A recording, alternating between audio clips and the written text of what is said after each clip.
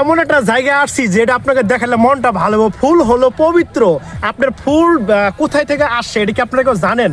আপনার ফুলের মালা ব্যবহার করেন, ফুল গিফট করেন, এই ফুল কোন জায়গা থেকে আসে আপনারা মনে হয় ইউটিউবে অনেক জায়গায় সার্চ করলে পাবেন যশোর গদখালি থেকে পাইকারি ফুল আসে, কিন্তু তারও পাশাপাশি ঢাকার অদূরে গোলাপগ্রাম আছে যেখানে এই ফুলগুলা স্থানীয় বাজার পূরণ করো আপনার ঢাকার ভিতরে ফুলগুলো রপ্তানি করা হয়।